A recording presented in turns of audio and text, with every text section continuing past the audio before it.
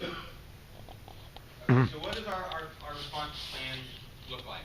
We're going to try to get this out in time so that this can go into that tri-national document. And it has a bunch of components, but those fall really in these two main categories, which are augmenting larval and adult food resources on TPWD lands, but also on private lands. And then public outreach and education are going to be a big component of that as well. So in terms of augmenting larval and adult food resources, one of our big projects, the one that I'm excited about, is our wildlife management plans. So these are plans for private landowners who want to get that agricultural tax exemption. We're trying to, traditionally those plans have targeted game species, so deer and turkey are two big ones. We're trying to expand this program so that people can qualify for pollinator conservation. And we've just started working on a management plan for a guy in Blanco County. I believe that this is going to be our first management plan that addresses pollinator conservation on private land. And of course, a big part of that's going to be monarchs as well. We're looking at putting some of these management practices on TPWD lands. We have something like 60,000 acres on our wildlife management areas that have been identified as potential monarch habitat, and so those wildlife management areas are being managed under a variety of regimes. A lot of those directly or indirectly benefit monarchs. We have a couple of grants.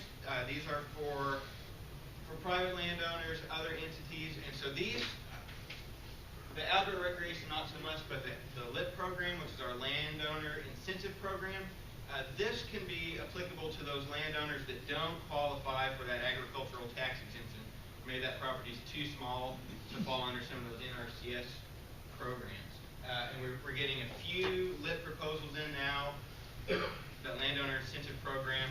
And I don't know the details of that program. I think that TPWD covers up to 75% of the share of these projects. We're starting to get projects in now targeting pollinators. One of our focal areas for the landowner incentive program is the Edwards Plateau, right? So this is right in the middle of that migratory corridor. And so we're adding language to these programs saying, hey, we're really looking for programs that benefit pollinators and monarchs. So as I talk, you'll see I'm mainly talking about pollinators. We're really approaching this from the perspective of targeting ecosystems, targeting whole communities, but we think that those kind of actions will directly benefit monarchs. We're also providing language for state development projects. So these are recommendations for state-funded development projects to try to implement friendly activities. So Texas Department of Transportation already has a great wildflower on the roadside program. So looking at programs like that where we can say, here are mowing practices to benefit monarchs. Here are herbicide treatment practices that are most friendly towards monarchs. So just a couple of examples there. And then public outreach and education is another big focus here. So this has been up for a while. This is an iNaturalist project called Texas Milkweeds and Monarchs, where we're soliciting observations of milkweeds on the landscape from citizens within the state of Texas. So we're looking at native milkweeds, and we're looking at cultivated milkweeds. And we're asking, where do you see them? What's the phenology of that plant? And are you observing monarchs on that plant? And we're asking for people to photograph those milkweeds. This is just an avenue for citizens to become involved in this, increasing our knowledge of the distribution of these plants.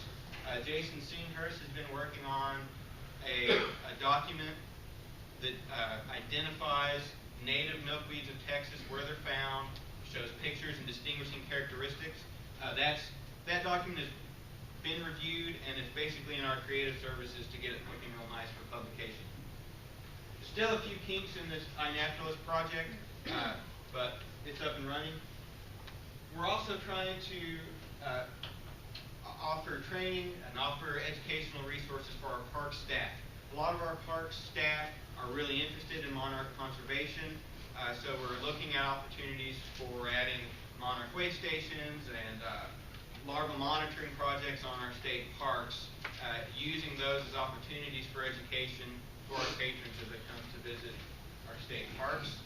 We're offering some trainings for landowners as well. Here in a couple of weeks, there's going to be a training at the Kerr Wildlife Management Area. That's for landowners in South Texas. There's going to be some discussion at that meeting about how these private landowners can manage in a way that promotes monarch conservation. So outreach is going to be a big component of our effort as well. All right, that's short and sweet. Are we back on time?